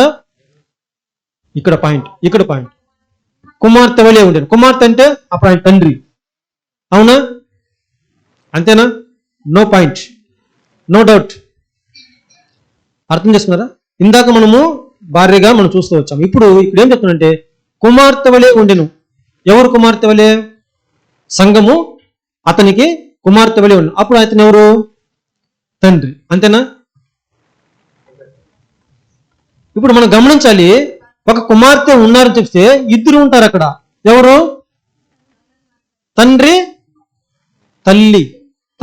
తల్లి ఉంటేనే ఇక్కడ కుమారుడు, అవునా? ఇప్పుడు మన తండ్రి వైపే చూస్తున్నామా, కానీ ఇక్కడ తల్లి స్థానాన్ని ఎవరు తీసుకున్నారు? యేసు ప్రభు గారు తీసుకున్నారు. అందుకే అనేక చోట్ల మనకి నా పిల్లలారా అంటే తండ్రి ఎప్పుడు యేసు ప్రభు ఏం చెప్పారు? పరలోక తండ్రి తప్ప ఎవరు మీకు తండ్రిని పిలవద్దు. స్పష్టంగా దాంట్లో డౌట్ వద్దు ఇక్కడ. కానీ పిల్లలు నా పిల్లలారా అని చెప్పినప్పుడు అతను ఒక తల్లి వలె అతను ఆదరించి ఆ ఒడిలో తీసుకుని చంటి బిడ్డను ఒక తల్లి ఏ విధంగా ఒడిలో పెట్టుకొని పెంచుతుందో, లేదంటే శ్రద్ధ వహిస్తుందో, పరామర్శిస్తుందో, ఆ విధంగా మనలందరినీ కూడా అతను ఒడిలో పెట్టుకొని పెంచుతున్నాడు. ఎవరిని? ఉపమానంలో ఎవరిని? ఆడు గొర్రె పిల్లని, అవునా? కానీ ఆ ఆడు గొర్రె పిల్ల ఏం చేస్తుందంటే తెలుసా? ఆ ఒడిలో ఉండదు, ఆ రొమ్ములో ఆనుకోదు, ఆ యొక్క కౌగిట్లో ఉండదు, తన యొక్క ఆధీనంలో ఉండదు, ఎగిరెగిరికి వెళ్ళిపోతుంది. ఎవరి దగ్గరికి వెళ్ళిపోతుంది తెలుసా?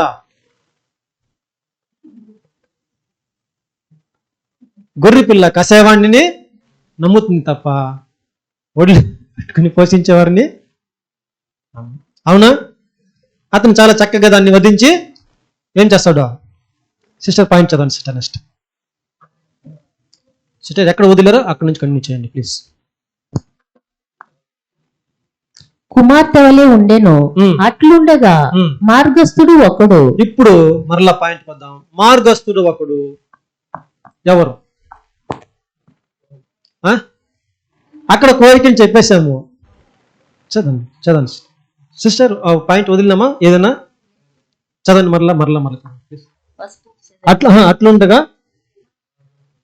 అట్లుండగా మార్గస్థుడు ఒకడు. క్షమించాలి, ఇక్కడ ఒక దినం అనేది రావాలి. మిస్ అయింది అక్కడ. ఒక దినం ముందు అది ఒక రావాలి అంటే ఏ రోజు ఇది ఏ రోజు చదవండి సిస్టర్. మార్గస్థుడు ఒకడు. సరే, మార్గస్థుడు ఒకడు ఐశ్వర్యవంతుని ఎద్దుకు వచ్చెను. ఇప్పుడు చూద్దాం. అట్లుండగానే చోట ఒక రోజు, అదే ఆ ఒక రోజు రావాలి. ఆ రోజు ఏ రోజు సరే సమయం వద్దు. ఏ రోజు? దావీదు గారు బత్షెబాని చూసిన రోజు అంటే సమయము అంటే ఏ ఏ సందర్భము చూశాడంటే తను స్నానం చేసే సమయంలో చూశాడు. సరే, ఈవినింగే ఆమె ఎప్పుడు ఎలా చూశాడంటే స్నానం చేస్తున్న సమయంలో చూశాడు. ఇప్పుడు ఏ పాయింట్ చదివి సిస్టర్? 4వ వాక్యమా? చదవండి, కంటిన్యూ చేయండి. అట్లుండగా మార్గస్థుడొకడు ఆ. ఐశ్వర్యవంతుని యొద్దకు వచ్చెను. ఆ, అతడు తన యొద్దకు వచ్చిన మార్గస్థునికి ఉమ్, ఆయత్తము చేయుటకు ఉమ్, తన గొర్రెలలో గాని గొడ్లలో గాని దేనిని ముట్టనొల్లక ఆ దరిద్రుని గొర్రె పిల్లను పట్టుకొని తన యొద్దకు వచ్చిన వానికి ఆయత్తము చేసెను. చూడండి, ఇది ఫాస్ట్ గా చదివిపించేశాను మనకి సమయం అవుతుంది కనుక. ఇప్పుడు ఆ రోజు ఏం చేసిందంట బత్షెబ? స్నానం చేస్తాం, అవునా? స్నానం చేస్తున్న సమయం ముందు చూశాడు. బ్రదర్, అది ఎన్ఐవి ట్రాన్స్లేషన్ మనకు ఒకసారి చూపిస్తారా? లేదంటే మీ మొబైల్లో కూడా ఎన్ఐవి ఇంగ్లీష్లో చూస్తే చదువుతారా? ఎన్ఐవి ట్రాన్స్లేషన్లో మాత్రమే అది మెన్షన్ చేశారు.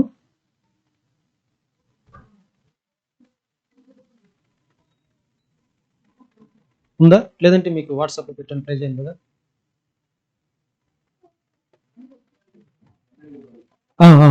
ఎన్ఐవిలో బ్రాకెట్లు ఇచ్చారు.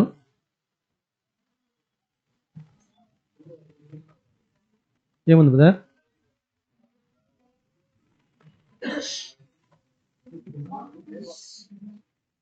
సరే, 4వ వాక్యం. ఉపమానంలో 4వ వాక్యము.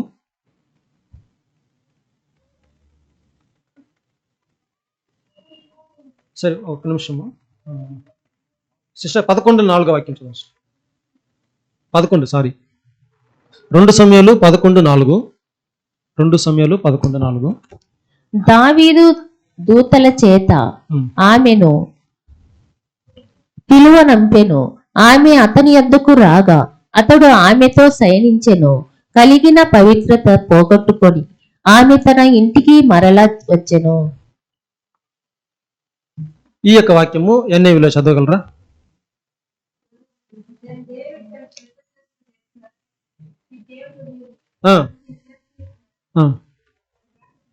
బ్రాకెట్లో ఉండేది మనకి కావాలి. Now she was purifying herself from her monthly uncleanness అనే పదం మనకి ఇంపార్టెంట్. ఇక్కడ ఏం జరిగింది అక్కడ? యాక్చువల్గా ఏం జరిగిందంటే మంత్లీ అన్క్లీన్నెస్ ఏమంటాము తెలుగులో? అపరిశుభ్రత. అదే మా నెలసరి ఒక సమయం ముందు అయిన వెంటనే ఆమె స్నానం చేస్తూ ఉంది. నెలసరి అయిన సందర్భంలో ఆమె స్నానం చేస్తూ ఉంది. ఆ స్నానం చేసేటప్పుడు దావీదు చూశారనేది అక్కడ మనం అర్థం చేసుకోవాలి. ఇప్పుడు మంత్లీ అన్క్లీన్నెస్ అంటే నెలసరి, అది దాన్ని అర్థం చేసుకోండి. నెక్స్ట్ వాక్యానికి మనం వెళ్దాం. ఈ యొక్క విషయం ఎందుకు చెప్తానంటే ఇది దేన్ని మనకు తెలియపరుస్తుంది. ఈ గొర్రె పిల్ల లేదంటే నిజమైన సంఘము శుద్ధి చేసుకోవడం దేన్ని తెలియపరుస్తా ఉంది?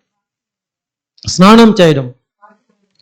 వాక్యం అనే ఎప్పుడైతే దేవుని యొక్క సన్నిధిలో మనము బాప్తిసం తీసుకుంటామో లేదంటే ఆ సత్య వాక్యానికి మనము తీర్మానం చేసుకోవడానికి ముందుకు వస్తామో అప్పుడు చూస్తాడు ఎవరు?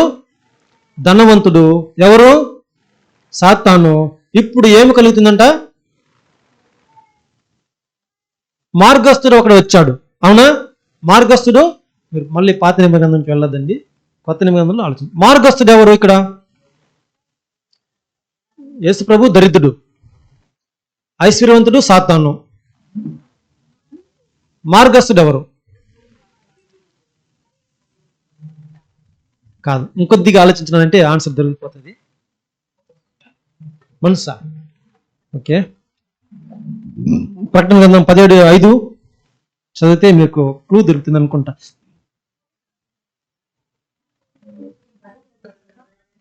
ప్రకటన 17:5. దాని నొసట దాని పేరు ఇలాగూ వ్రాయబడి ఉండెను, మర్మము వేశ్యలకును భూమిలోని ఏహ్యమైన వాటిని తల్లి అయిన మహాబబులోను. ఇప్పుడు చెప్పండి, ఈ మార్గస్థుడు ఎవరిని సూచిస్తా ఉంది? ఓకే, ఇంకా అక్కడ బైబిల్ పదం బాబిలోను, మన పదం ఇంకా కొద్దిగా ఇంకా చెప్పాలంటే 666 అంటే మీకు గుర్తొస్తారు.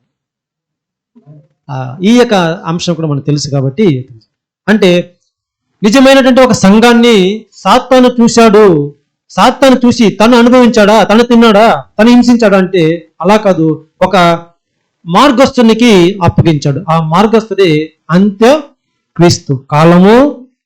కాలములు అర్ధకాలం వరకు సంఘాన్ని అతను ఎలా చేశాడు,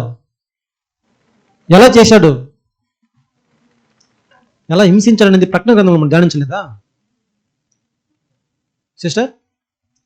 BC 539 నుంచి ఈ యొక్క కాలం అనేది చీకటి చాలా, ఈ యొక్క 1260 సంవత్సరముల సంఘాన్ని చాలా ఇబ్బంది పెట్టాడు. చాలా అంటే చాలా. ఇదే చెప్తే తెలియపరుస్తుంది. అక్కడ ఏం తెలియపరుస్తుంది అంటే సాతాను అంత్యక్రీస్తుకి, యాంటీ క్రైస్ట్ సిస్టానికి మనల్ని, నిజమైన సంఘాన్ని అప్పగించాడు. వారి ద్వారా ఇప్పుడు వాళ్ళు ఏం చేశారు, మనల్ని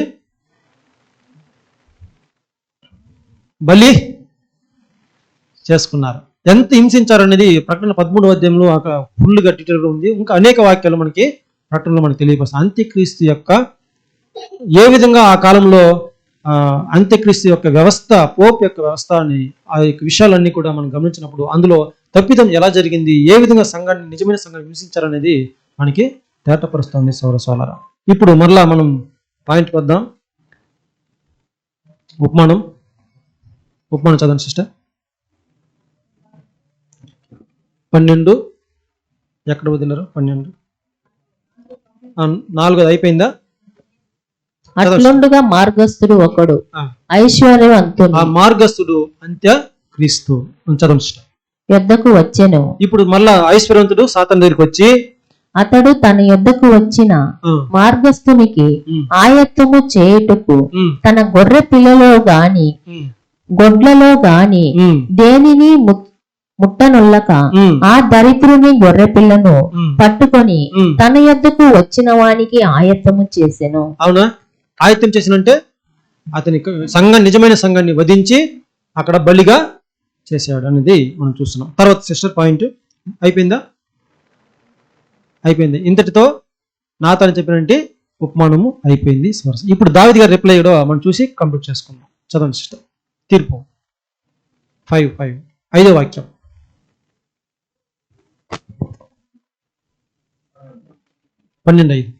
దావీదు ఈ మాట విని ఆ మనుషుని మీద బహుగా కోపించుకొని, యెహోవా జీవము తోడు, నిశ్చయముగా ఈ కార్యము చేసినవాడు మరణపాత్రుడు.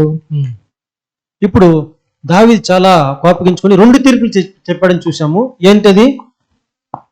ఒకటి మరణము, 2 4. ఇప్పుడు ఇక్కడ దావీదు గారు చేసింది దేనికి ప్రతిగా ఉంది అంటే మంచిగా చెడ్డ, సాతాను యొక్క క్రియ కదా. దావీదు గారు మంచివారు అంటే ఆ యొక్క జీవితంలో ఈ యొక్క ఒక్క సంఘటన మాత్రము సాతాను యొక్క క్రియగా ప్రతిబింబిస్తూ ఉంది. అది ఇప్పుడు మనం అన్వేషిస్తే దావీదు గారికి నాతను చెప్పినటువంటి ఉపమానంలో దావీదు గారి యొక్క తీర్పు ఏమి ఉందంటే 2 అంశాల తీర్పుగా ఆయన ప్రకటించాడు. ఒకటి, తనకు జీవము వెళ్ళిపోవాలి. దావీదు గారి యొక్క సంఘటనలో పాత నిబంధన గ్రంథంలో దావీదు గారి జీవం పోయిందా? ఎందుకు పోలేదు? 4 గంటలు తిరిగి ఇచ్చాడా? అది మాత్రం జరిగింది. ఇది ఎందుకు జరగలేదు? ఎందుకంటే ఆయన పశ్చాత్తాపడి తన యొక్క తప్పిదం నిమిత్తము అదే చూస్తాము. ఎవరైతే ఈ విధంగా మారు మనసు పొంది శుద్ధీకరించబడిన హృదయంగా ఉన్నారో అట్టి వారి మీద సాతాను యొక్క ప్రభావం చాలా ఉంటుందని చెప్పి ఇప్పుడే బాప్తిసం తీసుకున్న వారి మీద ఆయన కళ్ళు ఉంటుందని చెప్పి చూస్తాము. ఈ విధంగా దావీదు గారు తీసుకున్న తన యొక్క జీవితంలో మనకి సాతాను యొక్క ఒక ఆలోచనగా ఇది వచ్చిన తర్వాత తనకి కోరిక వచ్చిన దాని వల్ల ఆ విధంగా దావీదు గారు పాపం చేసి అక్కడ తప్పిపోయాడని చెప్పి చూసాము. దీని నిమిత్తం అతను పశ్చాత్తాపడి దేవుని వద్ద ప్రార్థించడం వల్ల తనకి జీవం అక్కడ జీవంలోని దాటిపోయింది అని చెప్పి మనం గమనిస్తాం మరణం లేకుండా. అదేవిధంగా ఇక్కడ సాతానికి ఇప్పుడు ఐశ్వర్యవంతుడు ఇక్కడ సాతాను కొత్త నిబంధన గ్రంథంలో ఇప్పుడు తీర్పు ఎవరు చనిపోవాలా? ఐశ్వర్యవంతుడు చనిపోవాలా? ఐశ్వర్యవంతుడు చనిపోవాలంటే లేదా? కన్ఫ్యూజన్ కావద్దండి. దావీదు చనిపోవాలి యాక్చువల్గా, కానీ దావీదు అక్కడ చనిపోలేదు. ఇక్కడ సాతాను చనిపోవాలి కానీ చనిపోలేదు. చనిపోతాడా చనిపోడా ప్రశ్న. సరే, ఎజెకీలు 28వ అధ్యాయము 18-19 వాక్యాలు చదివండి సిస్టర్. ఎజెకీలు 28, 18, 19.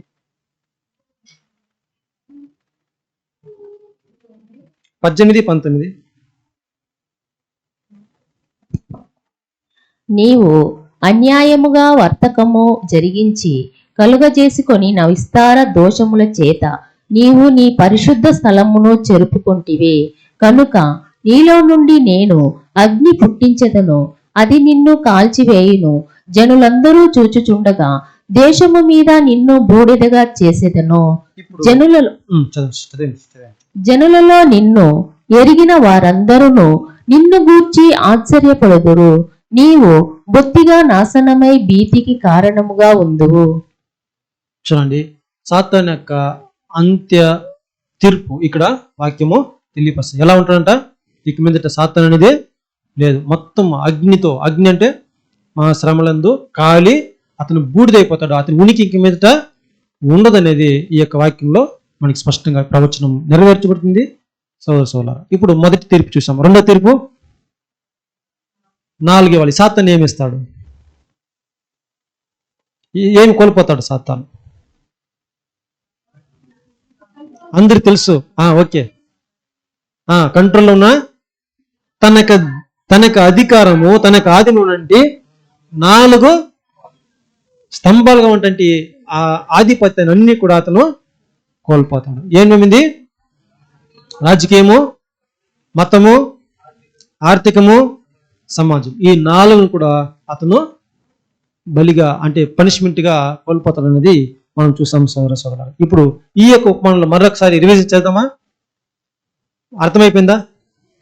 సరే, ఇందులో నుంచి మనము దేవుడు ఏ విధంగా సంఘం మీద ప్రేమ చూపించి నడిపిస్తున్నాడు, ఏ విధంగా తప్పు చేస్తే దానికి దండన, తీర్పు ఏ విధంగా ఉంటుంది సాతానికి అనేది ఒక విషయం మనం చూసాం సోదరులారా. ఇప్పుడు అవునా, సింపుల్గా చెప్పాలంటే దేవుని యొక్క ప్రేమ సంఘం మీద ఏ విధంగా ఉంది, ఏ సమయంలో, అదే విధంగా తప్పు చేసినప్పుడు సాతానికి దండన, సాతానుతో పాటు ఎవరికి తప్పు చేశారో వాళ్ళకి ఎలా ఉంది అనేది మనం చూసాం. ఇప్పుడు మనము దేవుని ఎలా ప్రేమిస్తున్నాం అనేది ప్రశ్న. ఈ ప్రశ్నతో ఈ యొక్క అంశాన్ని మనం ముగిస్తున్నాను. అవకాశం ఇచ్చిన అందరికీ కూడా వందనాలు తెలియపరచుకుంటూ ముగిస్తున్నాను. Thank you.